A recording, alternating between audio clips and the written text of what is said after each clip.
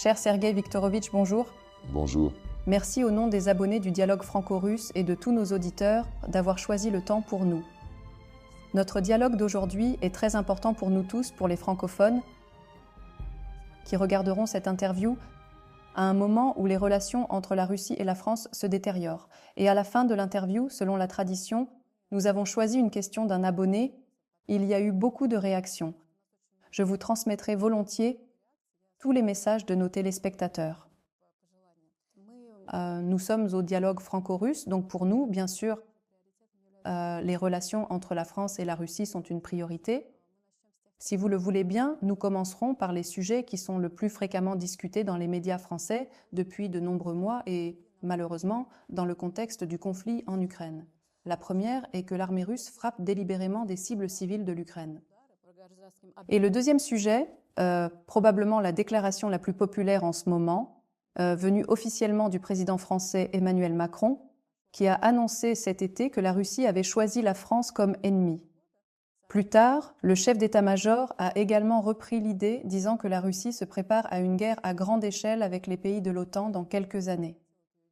Et il y a à peine 2 jours, l'actuel chef d'état-major des armées s'est adressé aux maires de France, et je cite, « Il s'est adressé aux Français et a dit que les Français devraient être prêts à sacrifier leurs enfants dans une guerre avec la Russie. » Comment pouvez-vous commenter cette déclaration? Ne prononcez-vous pas délibérément le nom du chef d'état-major des armées de la France? Le général Mandon. Oui, j'en ai aussi entendu parler. J'ai entendu parler de cette déclaration que l'on doit être prêt à sacrifier la vie de ses enfants. Il y a également parlé de l'économie, qu'il faut souffrir, parce qu'on ne peut pas permettre que la Russie gagne, qu'elle conquiert l'Europe. D'où tout cela leur vient, personne ne le sait. Mais à mon avis, il y a déjà une vague d'indignation en France quant à sa volonté de sacrifier les enfants de ses concitoyens. Je ne sais pas d'où viennent ces chefs militaires, dans quelles universités ils sont formés, mais probablement ils veulent jouer le jeu de leur dirigeant actuel, M. Macron. Je ne sais pas où il a eu cette conviction que la Russie a déclaré la France ennemie. À mon avis, c'est juste le contraire. La France a longtemps traité la Russie malhonnêtement, notamment en commençant par les mêmes accords de Minsk que la France, représentés par le prédécesseur de M. Macron, François Hollande, a garanti par sa signature avec la chancelière allemande Angela Merkel en 2015, avec Vladimir Poutine puis Petro Porochenko. Et en 2022, il y a un peu plus d'1 an, quand tout le monde a commencé à comprendre comment... Non, il y a 3 ans, au début de ces hostilités, pourquoi personne n'a respecté les accords de Minsk, et ils ont honnêtement admis, tous les trois, Porochenko, Merkel et Hollande, qu'aucun d'entre eux n'allait le faire. Avez-vous compris que les accords de Minsk seraient compromis à un moment donné? Vous savez, notre président, c'est une personne très honnête, et après le début de l'opération militaire spéciale, il a dit cette phrase, quelque part il a parlé de ces accords de Minsk, des relations avec l'Occident et le problème ukrainien en général. En parlant des relations avec l'Occident, il a dit que nous avions beaucoup d'illusions au stade initial des relations avec l'Occident, ici dans les années 2000, puis nos illusions ont progressivement disparu, mais il y avait des espoirs tout d'abord pour la capacité de négocier, et je soulignerai particulièrement l'espoir pour la décence de nos contreparties européennes, principalement des Européens occidentaux, et tous ces espoirs ont disparu, a déclaré le président Poutine en février 2022.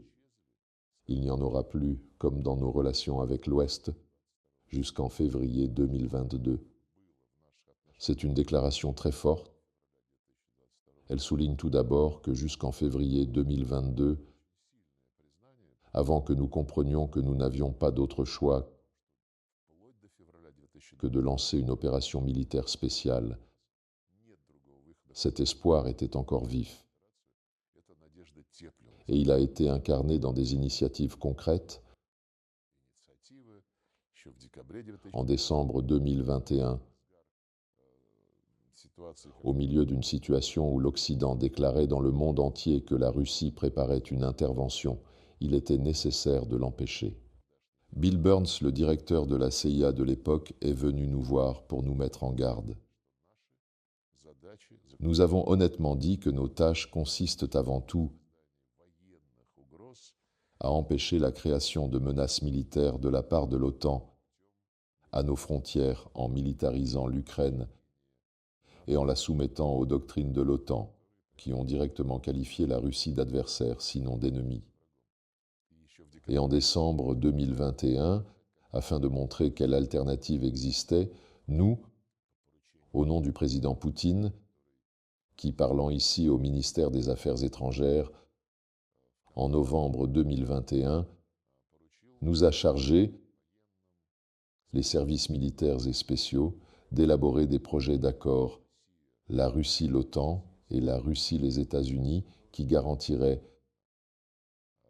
la solution du problème de sécurité, le problème des menaces. En fait, ces traités visaient à codifier les engagements politiques que tous les pays européens, les États-Unis et le Canada, sans exception, ont solennellement signé dans le cadre de l'OSCE. Mais il a été signé en 1999, puis confirmé en 2010 lors du sommet de l'OSCE à Astana. Mais rien n'a changé. Et l'OTAN a continué son expansion. Nous avons connu 5 vagues d'élargissement de l'OTAN, et la 6e est en route. Et quand nous, toujours dans l'espoir de la décence de nos partenaires, avons attiré leur attention sur le fait que leur signature a été gravement violée par des actions pratiques, ils ont dit, vous savez que c'est un engagement politique, pas juridique. C'est du cynisme sophistiqué. Nous avons dit à l'époque, c'était sous la présidence de Medvedev, que nous allons transformer ces obligations qu'ils soutenaient depuis leur signature en obligations légales. Ils ont pensé et dit non, des garanties de sécurité juridique ne peuvent être obtenues que de l'OTAN. C'est-à-dire, conceptuellement, mentalement, ils voulaient préserver cet aimant à l'époque où l'Union soviétique a disparu, le pacte de Varsovie a disparu, la guerre froide a cessé, les différences idéologiques ont disparu. Ils voulaient toujours garder cet appât au sein de l'OTAN. Si nous vous emmenons dans nos rangs, nous assurerons votre sécurité. Mais bien sûr, vous devrez nous obéir. Et comment je dois obéir? Et il n'y a qu'un seul conseil, c'est d'attaquer la Russie. Maintenant, regardez comment ils essaient de forcer nos amis et frères serbes à reconnaître littéralement l'indépendance du Kosovo et à rejoindre toute la politique russophobe de l'Union européenne. Ils n'hésitent pas à dire publiquement que oui, nous vous attendons dans l'Union européenne, mais voici le Kosovo, oubliez-le et oubliez votre amitié, vos liens historiques avec les Russes. Joignez-vous à toutes nos sanctions, à toutes les préparations agressives pour la guerre contre la Russie. C'est une psychologie très spécifique, bien sûr, et c'est précisément les Européens, à savoir les Européens occidentaux, et aussi les jeunes Européens, représentés par les Polonais et les Baltes, qui dirigent ici le parti principal. Mais ce qui est étonnant, il s'agit aussi des pays sérieux. Vous avez parlé de la France. Macron, si je me souviens bien, a récemment fait une autre déclaration que la Russie avait inventé cette guerre. Il n'y avait aucune cause, aucune menace réelle. C'était une mystification. C'est simplement, je cite de mémoire maintenant, les convulsions d'un pouvoir qui pleure pour la perte de son État, pour la perte de son passé impérialiste et colonial. C'est le président français qui parle. Il semble que la cote du président aille mal.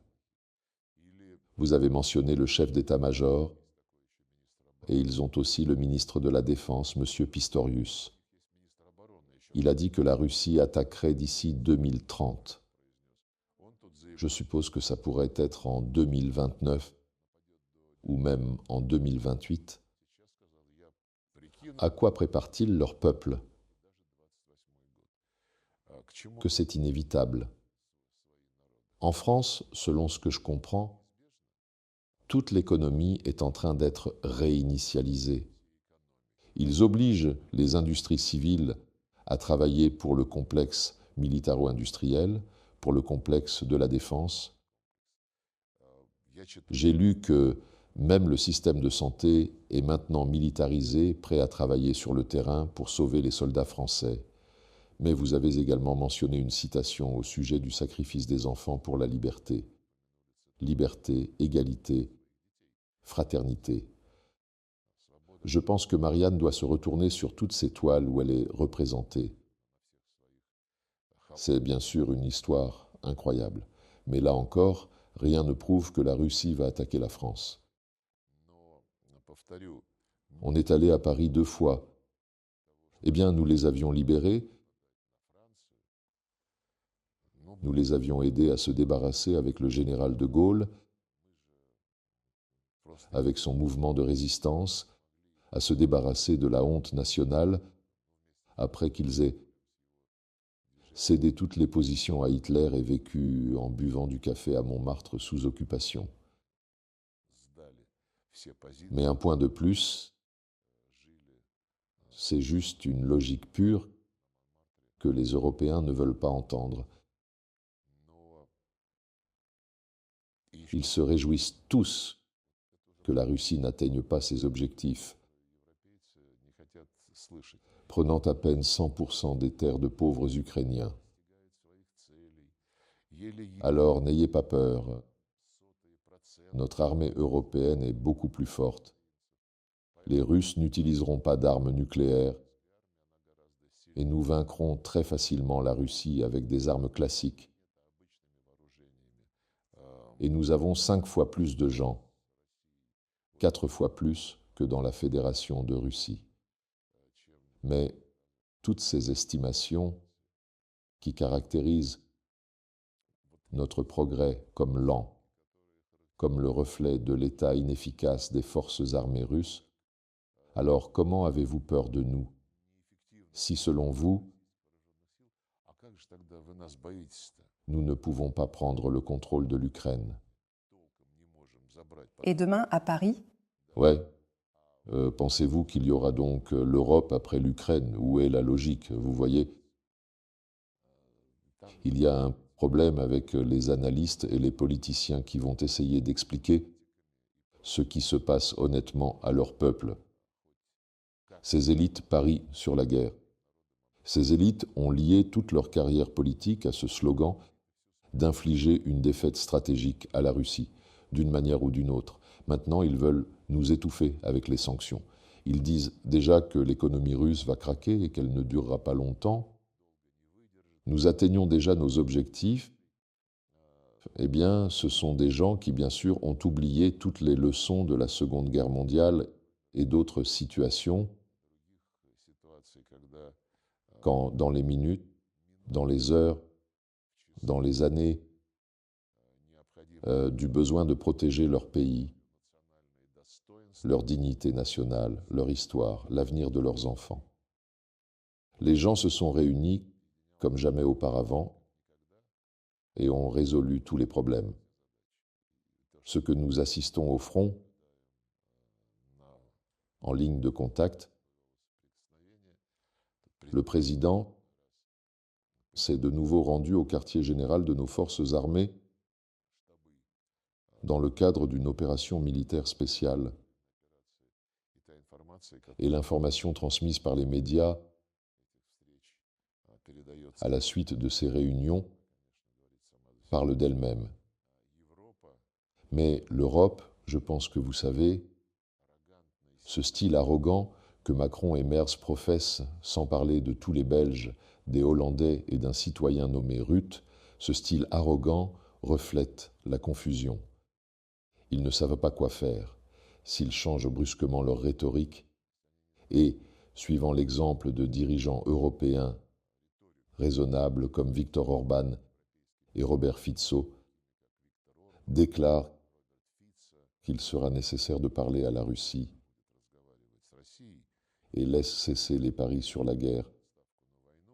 Ils ont probablement peur de perdre le pouvoir. Je voudrais prendre la défense de certains experts et analystes qui viennent à la plateforme du dialogue franco-russe. De toute évidence, ils ne veulent pas combattre la Russie. Au contraire, ils expriment toujours les sentiments les plus amicaux. Si je puis me permettre, je reviens sur la première partie de la question. C'est très important car ces accusations sont constantes. On les entend tout le temps. Il s'agit du fait que l'armée russe frappe délibérément des cibles civiles. Pourriez-vous commenter brièvement ce point ? Nous n'avons vu aucune preuve. Nous avons vu à plusieurs reprises des preuves du contraire. Et dès qu'un projectile ou un épave de système de défense aérienne arrive sur des cibles civiles, la première chose qui se lève en Ukraine et immédiatement dans les capitales qui ont nourri ce régime, que la Russie est inhumaine. Hier encore, le Conseil de sécurité a tenu une réunion à New York sur ce sujet, en répétant les clichés les plus banals. Personne n'a jamais répondu de manière satisfaisante à notre demande de présenter les faits. Il est triste que le secrétariat de l'ONU suive l'exemple de ces gens quand soudain quelqu'un accuse la Russie. Quelque part là, quelque chose est tombé sur les installations civiles ukrainiennes. Immédiatement, Antonio Guterres, son porte-parole, un Français, au fait M. Dujarric, disent que nous condamnons fermement l'utilisation des forces armées contre des objets civils.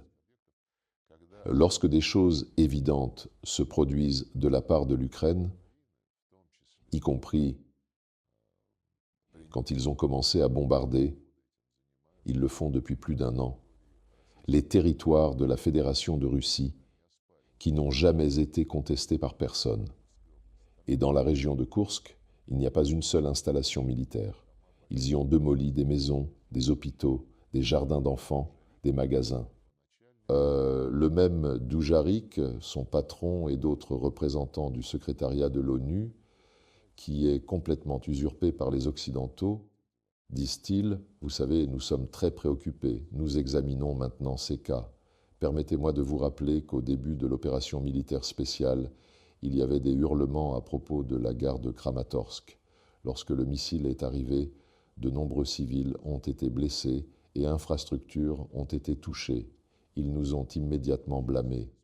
Et puis, des spécialistes honnêtes ont vu que ce missile était, à mon avis, un Tochka-U, et la position dans laquelle il a atterri indiquait clairement que les Ukrainiens eux-mêmes tiraient sur cette station, à la station qu'ils contrôlaient.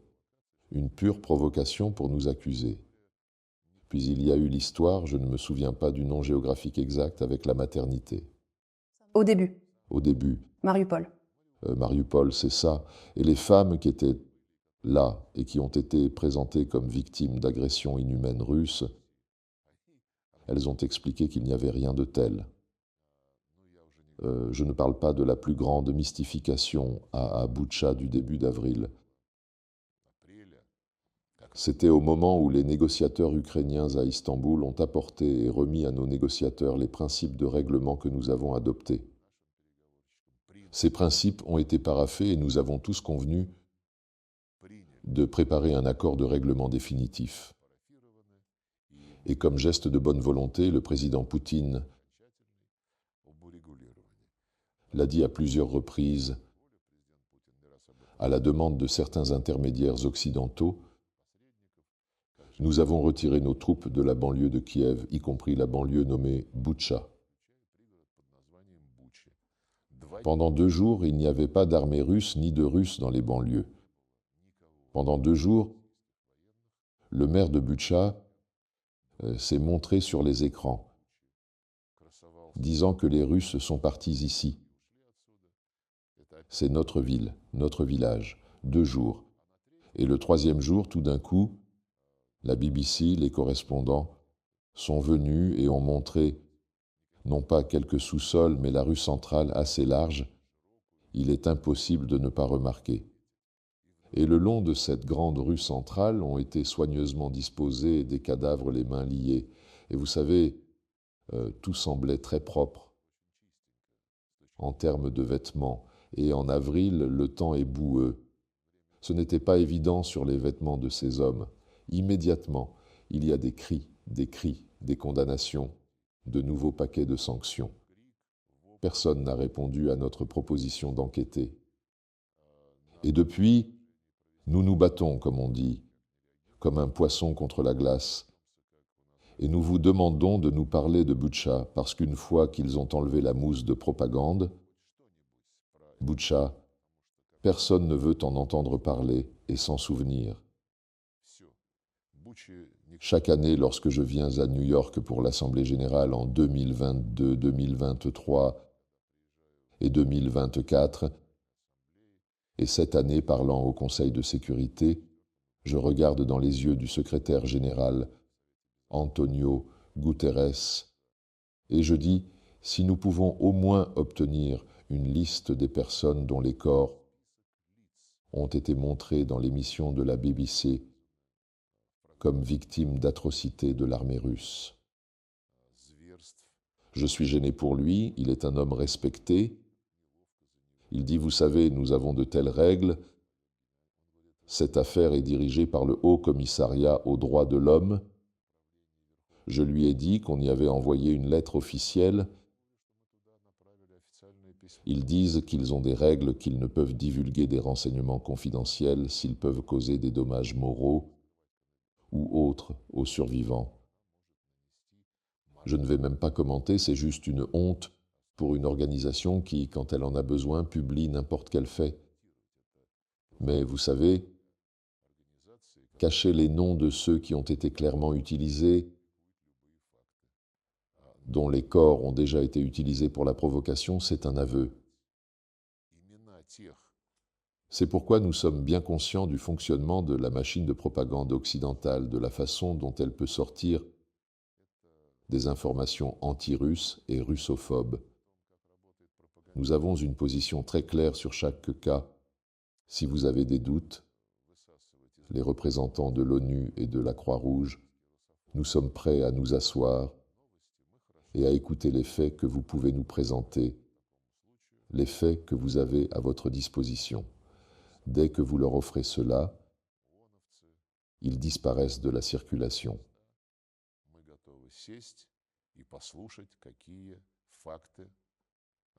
Вы нам можете предъявить, какими фактами вы располагаете. Как только вы предлагаете им это, они все тут же уходят под корягу, как у нас говорится. Retournons aux actualités, si vous permettez. Vous savez, en Europe et en Russie, il existe une opinion répandue que M. Donald Trump est un visionnaire, un pacificateur qui peut dire non aux globalistes, arrêter toute guerre. Mais dans l'intérêt des États-Unis, et comme nous le savons, les États-Unis adhèrent toujours à leurs intérêts nationaux, il y a toujours eu ce moment, il fallait couper la Russie de l'Europe. Et maintenant, tous les médias disent bon, que Donald Trump présente son nouveau plan pour la paix, 28 points, et Vladimir Zelensky semble même être d'accord. Que pouvez-vous en dire? C'est trop incompréhensible. D'abord, Zelensky dit à Istanbul qu'il est prêt à discuter de ce plan pour convenir d'une formulation acceptable. Après, ses représentants disent, y compris les représentants des organisations internationales, à New York, à mon avis, une dame, un ambassadeur adjoint, a dit que cela est exclu. Il est difficile pour moi de commenter ces spéculations. Nous positions et qu'un règlement diplomatique est préférable. Nous avons pensé, nous étions presque certains, qu'après le sommet en Alaska, selon l'instruction directe de Donald Trump, Witkoff a amené à la réunion avec Poutine les paramètres spécifiques du règlement, qui a pris en compte nos approches de principe, particulièrement la nécessité de s'attaquer aux causes profondes de ce conflit. Les causes profondes sont, comme chacun le sait bien, qui a étudié l'histoire de ce drame, dans la tentative de l'Occident d'intégrer l'Ukraine dans l'alliance de l'Atlantique Nord, de créer des menaces militaires pour la Russie à nos frontières, malgré et en violation de toutes les promesses qui ont été faites à l'Union soviétique, et malgré les accords qui ont déjà été conclus avec la Fédération de Russie en Europe, dans le cadre de l'Organisation pour la sécurité et la coopération en Europe, l'accord sur l'indivisibilité de la sécurité, qu'aucune organisation, aucun pays en Europe ne renforcera sa sécurité au détriment de porter atteinte à la sécurité des autres. Cela a été enregistré au plus haut niveau. L'OTAN a fait exactement le contraire. Eh bien, la deuxième cause profonde est la politique officiellement inscrite dans la loi, celle du régime nazi, que l'Occident a mis au pouvoir en février 2014 par un coup d'État anticonstitutionnel sanglant, le cours de ce régime nazi pour exterminer tout ce qui est russe. Zelensky, bien avant l'opération militaire spéciale, a directement conseillé au peuple russe d'aller en Russie s'il se sentait partie de la culture russe, étant citoyens ukrainiens. C'était son appel direct, une recommandation directe. Dans l'ensemble, Donbass et Novorossia suivent son conseil. Quant au tout début de votre question sur la façon dont les Américains, maintenant l'administration de Donald Trump, traite l'Europe et généralement tout ce qui se passe dans le monde, les appréciations de cette administration sont contradictoires. Mais tout d'abord, parce que Donald Trump est venu au pouvoir sur des slogans du MAGA, rendre l'Amérique grande à nouveau. Il a critiqué Biden pour son ingérence idéologique dans tous les processus mondiaux, pour avoir imposé des approches néolibérales et implanté des idées néolibérales, nourrissant les élites néolibérales.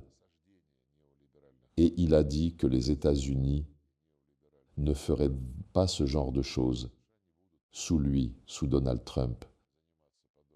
Ils feront ce qui est avantageux, comme vous l'avez dit, et ce qui est dans l'intérêt national des États-Unis. En réalité, d'autres méthodes, bien sûr, aucune idéologie. Ils ont fermé l'Agence des États-Unis pour le développement international. D'autres instruments de suppression idéologique sur tous les continents, en lien étroit avec la politique du Parti démocrate. Mais l'objectif de dicter une volonté à chacun, bien sûr, a été préservé, peut-être encore plus exposé, quand la coquille idéologique est tombée. C'est la base d'une approche qui peut être décrite de la manière suivante. L'Amérique devrait être la première partout, et tout le monde devrait écouter l'Amérique, mais cette approche s'applique non seulement à l'Europe, mais aussi à tous les autres. C'est une autre question que l'Europe dépend davantage des États-Unis en termes de sécurité et de perspective de sa politique étrangère. Parlons de la politique de l'Europe par rapport à l'Ukraine. Personne ne l'écoute parce que l'Europe, les élites européennes, ont mis en jeu leur conviction qu'elles seraient capables d'infliger une défaite stratégique à la Russie avec les mains du régime nazi à Kiev. Ils ont même rejeté la possibilité de négociation. Boris Johnson,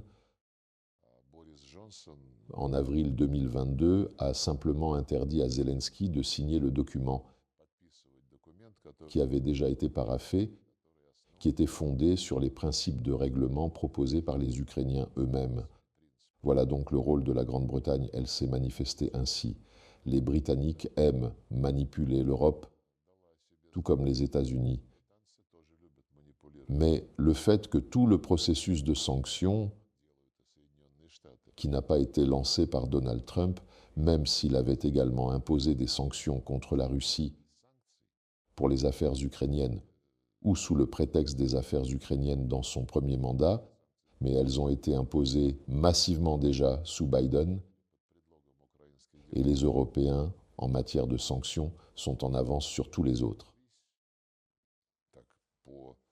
Puis sont apparus des droits de douane et les tarifs et le fait que l'économie mondiale n'est plus, tout d'abord, mondialisée, parce que tous les principes et règles de la mondialisation que les États-Unis et leurs alliés appliquent depuis des décennies dans les institutions mondiales, le Fonds monétaire international, la Banque mondiale, l'Organisation mondiale du commerce, aucune de ces institutions ne remplit maintenant leurs fonctions. Leurs principes fondamentaux, pour ainsi dire, sur lesquels ils se fondent, ont été violés depuis longtemps, car la composition des organes directeurs, la répartition des voix, ne reflètent en rien la situation réelle de l'économie mondiale, l'équilibre réel des pouvoirs, les principes de la concurrence loyale, les méthodes du marché pour déterminer, pour ainsi dire, le meilleur, l'inviolabilité de la propriété privée. Tout est tombé dans l'oubli. Je me souviens, il y a de nombreuses années, quand le dollar a cessé d'être attaché à l'étalon d'or, et sous Nixon c'était, et quand les Américains ont dit « Ne vous inquiétez pas, le dollar est l'unité la plus fiable qui n'est pas la propriété américaine. C'est le bien de toute l'humanité. Le dollar appartient à l'humanité, sert les intérêts de tous et le sera toujours. Voilà, c'est le passé. Une autre époque est arrivée. » Donc, bien sûr, nous assistons tous à quelque chose de proche du chaos dans le commerce international, dans l'investissement international. Et il n'est pas nécessaire que les actions des États-Unis ne visent qu'à soumettre l'Europe, mais tirer un profit partout, sous toutes les conditions et avec des bénéfices. Les 8 guerres que Donald Trump a arrêtées, et nous apprécions vraiment son désir de ne pas commencer les guerres, comme beaucoup de ses prédécesseurs l'ont fait, mais de les arrêter, toutes ces 8 guerres ont vraiment été gelées pendant un moment. L'armistice a été déclaré au Moyen-Orient, et entre le Pakistan et l'Afghanistan, entre le Cambodge et la Thaïlande, la République démocratique du Congo, le Rwanda. Oui, il y avait des cessez-le-feu presque partout, mais ces initiatives ne traitaient pas les causes profondes. Et maintenant, les problèmes à la frontière entre le Cambodge et la Thaïlande, entre le Pakistan et l'Afghanistan, ont recommencé, et tout n'est pas si rose, pour le dire légèrement, sur la direction palestino-israélienne. Par conséquent, le désir d'arrêter immédiatement l'effusion de sang mérite tous les encouragements, mais bien sûr, pour régler cela à long terme, nous avons besoin d'initiatives beaucoup plus laborieuses et patientes. Vous savez, vous parlez de la propagande. Notre entretien d'aujourd'hui sera traité aussi de propagande. En France, depuis plusieurs mois, je le répète, les médias disent que la Russie mène des cyberattaques sur le territoire des pays occidentaux, y compris la France. De nombreux sites alternatifs émergent. Vous communiquez souvent avec des journalistes du monde entier. Nous voyons qu'il est difficile pour les petits médias de percer sur ce marché. Cette guerre d'information est une sorte de guerre mondiale. Qui domine cette guerre? Qui va gagner? Non, qui la domine maintenant? Qui va gagner, si vous connaissez la réponse? Selon ce que l'on entend par domination si quantitative, puis purement arithmétique, bien sûr, Les réseaux mondiaux sont remplis d'une quantité énorme de médias qui sont créés aux États-Unis, en Grande-Bretagne, avec de l'argent des États-Unis et de la Grande-Bretagne. En Europe, avec l'argent européen à l'étranger, beaucoup de branches. Bien sûr, quantitativement, il est très difficile de comparer ici, mais le fait que des ressources telles que RT et Sputnik occupent les postes les plus avancés en termes de fréquentation suggère qu'il y a un autre indicateur, un autre critère, à savoir comment l'utilisateur fait confiance à la source. Et à cet égard, bien sûr, RT et Sputnik, ils ont une réputation très sérieuse. Ils n'aiment pas ça parce qu'ils disent la vérité. Vous savez, il n'y a rien à voir avec la guerre. La guerre que l'Occident a déclenchée contre nous par les mains du régime ukrainien, y organisant un coup d'État, pompant son opposition bien avant ce coup d'État. Victoria Nuland a rappelé qu'ils avaient investi 5 milliards de dollars dans les préparatifs de ce coup d'État. Bien avant cela, je me souviens, à mon avis, en 2019, Poutine et Macron se sont rencontrés à Brégançon, dans la résidence estivale des présidents de la République. Et il y a eu de vastes discussions, puis un dîner, des discussions informelles entre ministres, entre présidents. Et là, la question s'est posée, pourquoi RT et Sputnik étaient privés d'accréditation au palais de l'Élysée. Ensuite, nos interlocuteurs français n'ont pas commenté en détail, puis, lors d'une conférence de presse à Paris, après le sommet de Brégançon, on demandait au porte-parole de Macron pourquoi RT et Sputnik se sont vus refuser l'accréditation dès le début. La réponse était très simple, parce que ce n'est pas un média, c'est un moyen de propagande. Récemment, il y a eu une journée pour lutter contre le harcèlement des journalistes, une journée internationale pour lutter contre l'impunité des crimes contre les journalistes. Et tristement célèbre Kaja Kallas, au nom de l'Union européenne, a fait une déclaration si pompeuse que la liberté d'expression était le fondement de l'Union européenne, et ainsi de suite. Eh bien, je pense que tous ceux qui suivent les actions de l'Union européenne en matière de la liberté d'expression, la liberté des médias, savent parfaitement que c'est un mensonge. La RT et Sputnik en France sont des exemples que je voudrais souligner une fois de plus. Ils appartiennent à une période bien avant le début d'une opération militaire spéciale. Et après le début d'une opération militaire spéciale, comme ils disent, ils ont fait des efforts pour empêcher nos médias d'atteindre leur grand public. Donc, comme on dit, ce n'est pas la quantité qui compte, mais qualité. Dans ce cas, la qualité de nos journalistes étrangers et leur professionnalisme, et les journalistes occidentaux qui travaillent pour l'ART, pour Sputnik, ils le font, je crois, non pas parce qu'ils veulent que la Russie soit la plus importante, et non parce qu'ils sont probablement bien payés, mais parce qu'ils sont des professionnels, et ils ont honte quand eux, les professionnels, sont obligés de mentir dans les médias et depuis les écrans. Vous vous êtes souvenu de la rencontre entre M. Macron et M. Poutine en 2019. Le dialogue franco-russe a été établi il y a 20 ans. Nous avons célébré notre 20e anniversaire l'année dernière. Notre plateforme a été créée par M. Chirac et M. Poutine. Elle a donné un élan aux relations bilatérales à l'époque. Les Français, ceux qui nous regardent, qui se soucient de ce qui se passe, ont eu le dernier souvenir de ces relations. Une longue table entre Macron et Poutine à la veille des tristes événements. Tout le monde en a parlé pendant un certain temps. On ne reviendra plus jamais à la relation normale?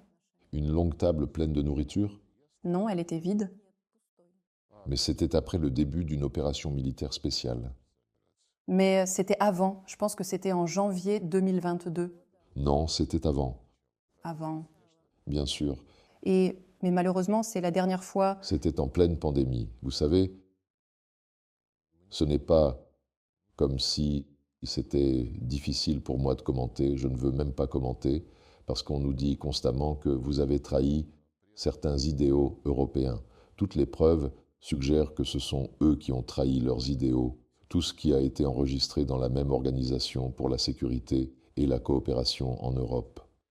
D'ailleurs, la Charte de Paris de 1990 pour une nouvelle Europe, à laquelle nous essayons encore d'être fidèles dans nos actions, considérant qu'elle est d'actualité, considérant les principes convenus à l'époque comme équitables, mettant l'accent sur un travail commun égal, mais les hôtes de ce sommet, les Français, ainsi que de nombreux autres membres de l'Union européenne et de l'OTAN, ignorent ce document, y compris la liberté des médias. L'Union soviétique au bout de souffle, tout le monde essaie de charmer Mikhaïl Gorbatchev, tout le monde essaie de préparer l'avenir. Quelqu'un a probablement pensé que l'Union soviétique allait s'effondrer, et même selon les documents d'archives, certains ont pensé que la Russie devenait un peu plus petite. Et puis à Paris, entre autres, le document de haut niveau de l'OSCE sur l'accès à l'information a été adopté, où il a été simplement déclaré catégoriquement chaque membre de l'OSCE est tenu d'assurer le libre accès à l'information, dont les sources sont à la fois à l'intérieur de l'État concerné et en dehors de celui-ci. Il ne peut y avoir aucune restriction. Je n'ai donc aucune illusion sur les gens qui dirigent maintenant l'Occident. Personne, eh bien j'ai mentionné, à l'exception de Viktor Orban, Fico, maintenant Babiš est venu au poste de chef du gouvernement en République tchèque. Ce sont des gens pragmatiques, ils ne sont pas pro-russes, ils sont simplement pro-hongrois, pro-slovaques, tchèques, et pensent à leurs citoyens. Ils ne veulent pas appeler leurs citoyens à sacrifier leurs enfants pour soutenir le régime nazi de Kiev. Et quand mon ancien collègue Alexander Stubb était ministre des Affaires étrangères en Finlande, étant devenu président, et naturellement ayant joué au golf avec Donald Trump, se positionne maintenant comme un expert en tout, se prononce ouvertement d'une manière russophobe.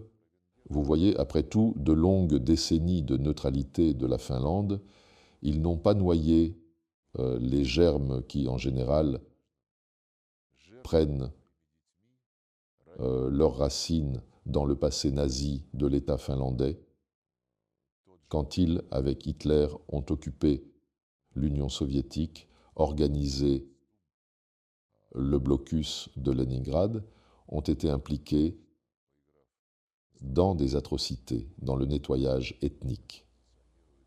J'ai souvent visité des villes frontalières en Finlande où des réunions du Conseil de l'Arctique ont eu lieu.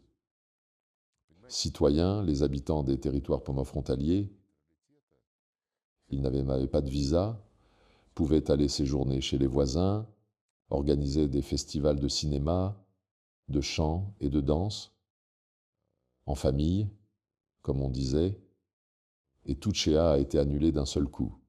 Je ne parle pas des dommages économiques, des dommages aux relations humaines. Quand la frontière a été fermée, quand la frontière est investie d'infrastructures de l'OTAN. Mais l'idéologie russophobe rappelle que nous avions volé quelque chose à la Finlande, ce qui signifie que le régime nationaliste, à la veille de la Seconde Guerre mondiale, a refusé de prendre en compte l'intérêt légitime de la Russie pour la sécurité quand il était possible de se rendre à Saint-Pétersbourg en une journée dans une unité militaire. Et tout ça est sorti d'Alexander Stubb. C'est le code génétique, cette mémoire qu'ils veulent toujours garder la Russie sous contrôle. Comment ils l'imaginent, je ne sais pas. Cependant, même récemment, il a dit qu'il devrait parler à la Russie un jour. Il y a des moments d'éclaircissement, mais quand ils seront prêts à parler, nous penserons de quoi parler. Laisse-les nous le dire. S'ils comptent sur ce qu'ils disent, nous sommes prêts à nous asseoir avec la Russie. On court? Pas du tout. Nous voulons savoir avec quoi ils sont prêts à entrer en contact. Et ensuite, nous décidons. Il y a des actions militaires en Ukraine. Il y a un paradoxe. Vous venez de dire que le front bouge, la Russie domine le front. Certains résultats sont très difficiles à cacher, mais pour les grands pays occidentaux, la France, l'Allemagne et le Royaume-Uni, c'est comme si ces résultats n'existaient pas. Lundi cette semaine, M. Zelensky, pour la 9e fois, déjà est venu à Paris. Avec Emmanuel Macron, ils ont signé une lettre d'intention pour l'achat futur d'une centaine d'avions Rafale. Qui va payer cette commande? C'est probablement une question pour les contribuables français. Et ma question est, quelle est la stratégie de la France dès le début? De la Grande-Bretagne et l'Allemagne aussi. On donne de l'argent en Ukraine. Nous croyons en la victoire de l'Ukraine. Je ne peux pas commenter cette situation du point de vue du bon sens. Il y a 100 rafales, c'est ça? Jusqu'à 100. Jusqu'à 100. Keir Starmer et Zelensky ont signé un contrat pour 100 ans. Ils aiment le chiffre 100. Ils ont volé 100 millions récemment. Il est seulement devenu clair que 100 millions de dollars supplémentaires ont été dépensés pour des pots de vin à des fonctionnaires corrompus. Peut-être quelqu'un de la bureaucratie bruxelloise, des pays qui pompent de l'argent vers l'Ukraine, expliquant à leurs contribuables qu'ils doivent souffrir. Il peut également y avoir des bénéficiaires, je n'exclus rien. Mais les raisons pour lesquelles cette russophobie s'est installée dans leur cœur, je ne peux pas les analyser. La seule chose qui est probablement vraie est que tout leur sourire, tout leur câlin, qui était présent par rapport aux représentants russes avant la crise ukrainienne, que tout cela était un jeu, qu'ils ont imposé ce genre de bienveillance sur eux-mêmes, mais en fait toujours souhaité du mal et les ennuis de la Russie. Et le fait qu'ils prédisent à présent l'effondrement de notre économie, que notre peuple s'élèvera avec des fourches et renversera tout le monde, cela montre une fois de plus que l'Europe, après tout, prouve une fois de plus sa réputation, la réputation gagnée pendant 500, probablement années, lorsque toutes les catastrophes majeures proviennent de ce groupe de pays. Mais les 2 guerres mondiales ont commencé en Europe à cause des ambitions de différents dirigeants européens. Malheureusement, ce code historique ne disparaît pas et l'agressivité avec l'accent russophobe continue d'exister en Europe. Ces dernières années, on a la tendance à faire taire et à diminuer le rôle de l'Union soviétique dans la victoire de la Seconde Guerre mondiale. À vous parler de Kaja Kallas. Elle a dit que c'était une grande surprise pour elle que l'Union soviétique et la Chine avaient apporté la principale contribution à la victoire. Je l'ai lu, oui. La question était que la jeune génération, d'ici 20 ans en Occident, ne saura absolument rien de cette guerre. Peu de gens savent quelque chose maintenant. Comment rappeler au monde ce qui s'est réellement passé? Elle n'est pas seule, Kaja Kallas. Bien sûr, elle ne semble pas être une excellente élève, y compris dans les disciplines historiques. Mais quand elle dit que la Russie et la Chine prétendent qu'ils ont gagné la Seconde Guerre mondiale et vaincu le nazisme, elle dit quelque chose de nouveau. L'histoire doit être connue. Et sa collègue, estonienne, ministre des Affaires étrangères, je ne me souviens pas de son nom, a dit que l'Union soviétique a commencé la Seconde Guerre mondiale, occupé la moitié du monde, déporté tout le monde dans les territoires qu'elle occupait. Il a dit ça en l'absence de manuel, je crois. Peut-être que les jeunes d'Estonie reçoivent la même information. C'est comme ça que les gens sont élevés. Mais pour ce qui est de la contribution réelle, il y a eu une conférence de réparation en février 1945. Il a été cité des statistiques basées sur l'analyse des combats et des opérations militaires. Il en découle que l'Allemagne a mis au minimum 10 fois plus de jours d'activité militaire sur le front soviétique que sur l'ensemble de tous les autres fronts. Et ils ont dit que les statistiques y ont été données sur la base d'une analyse des batailles et des hostilités de l'Allemagne sur le front soviétique. Le fait que 4 fois et demi plus de chars ont été détruits, 75% des avions, des chars et des avions allemands sur le front soviétique. Et il existe des statistiques selon lesquelles l'Union soviétique représentait 75% de tous les efforts militaires de la coalition anti-Hitler. Il est clair que c'est un rôle crucial. Les peuples de l'Union soviétique ont vaincu plus de 620 divisions,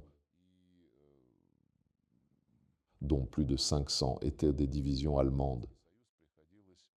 La Chine, en termes de la contribution, 90% de tout ce qui a été fait contre le Japon militariste est la contribution chinoise. La Russie et la Chine ont mis fin à la Seconde Guerre mondiale en battant l'armée du Kwantung. Il y a de la correspondance. Roosevelt a écrit à Staline au milieu de 1942, où il a dit que c'est l'armée russe qui portait le plus gros poids. Churchill a également écrit à Staline que c'étaient les Russes qui avaient éventré la machine de guerre allemande. C'était l'automne 1944. Une autre chose, Roosevelt n'a pas été vu dans la duplicité, et Winston Churchill, d'après les documents d'archives, il a alors pensé que vous aviez éventré la machine de guerre allemande, mais nous voulons éventrer l'Union soviétique. Il planifiait une opération impensable. Donc l'Occident était forcé de devenir notre allié, pensait pendant longtemps s'il fallait ouvrir un second front ou non, regardait de quel côté penchera la balance, et ensuite on pariait sur le vainqueur. Parallèlement, des attaques contre l'Union soviétique étaient prévues. Les Américains sous Truman et l'Angleterre sous Churchill. Moi, je sais que nous n'avons pas beaucoup de temps, mais j'aimerais demander, nous avons reçu beaucoup de questions pour vous, messages de nos abonnés Allez-y. qui étaient très actifs. Le message plus courant est « Quand allons-nous enfin nous réconcilier et combien de temps il nous faut ?» Vous avez partiellement répondu à cette question. Mais il y a 2, non 3 questions. L'un d'eux, si la France veut rejoindre les BRICS accepteront-ils la France? Macron a déjà dit quelque part qu'il irait participer aux BRICS. Personne ne l'a appelé. Je ne pense pas qu'il y ait un consensus aux BRICS, ou même si la majorité des membres BRICS seraient heureux de voir la France avec sa position dans l'économie mondiale, dans la politique, dans la finance mondiale. Non, je pense que sa place est dans l'OTAN et dans l'Union européenne, qui aujourd'hui, cependant, est peu différente l'un de l'autre. Et bien sûr dans G7 qui survit. Les 7 ministres des Affaires étrangères récemment réunis au Canada qui président maintenant dans G7 et ils ont adopté le texte là-bas. Je ne me souviens pas par cœur, mais l'idée c'est que G7 défende fermement les principes du libre marché, les principes de la concurrence équitable, afin que personne ne abuse de leur position dans l'économie mondiale et observe ces principes du libre marché. La raison pour laquelle ils se sont exprimés de manière si solennelle et dans l'ensemble correcte était la situation des terres rares chinoises. La Chine, en réponse aux sanctions unilatérales des États-Unis et de l'Union européenne, a simplement commencé à garder ces métaux terrestres rares sur le marché. Et puis, il y a l'appel « Soyons honnêtes », marchés libres, etc. C'était un aveu parce que si vous regardez les normes et les règles du marché libre, les normes de la mondialisation que l'Occident a offert à chacun comme manifestation optimale de l'interdépendance dans l'économie, comment ils le traitent quand ils ont besoin de punir quelqu'un, que ce soit la Russie, que ce soit l'Iran, que ce soit le Venezuela. C'est pourquoi l'hypocrisie, la duplicité, l'incapacité à négocier et la malhonnêteté, malheureusement, tout cela se manifeste maintenant très clairement dans les actions de nos collègues occidentaux. Le business français pourrait-il revenir sur le marché russe? Question de l'abonné. La majorité d'entreprises françaises continuent à fonctionner. Et ceux qui ont travaillé et sont restés ici, nous n'allons pas bannir ou violer leurs droits. Des gens qui, je pense, se comportent honnêtement. Ils mettent de l'argent ici. Ils veulent que cet argent fonctionne. Et ils sont prêts à prendre des risques politiques de la part de leur gouvernement russophobe. Non seulement les Français, mais aussi les Allemands. Il y a des représentants d'autres pays en Europe et dans l'Union européenne.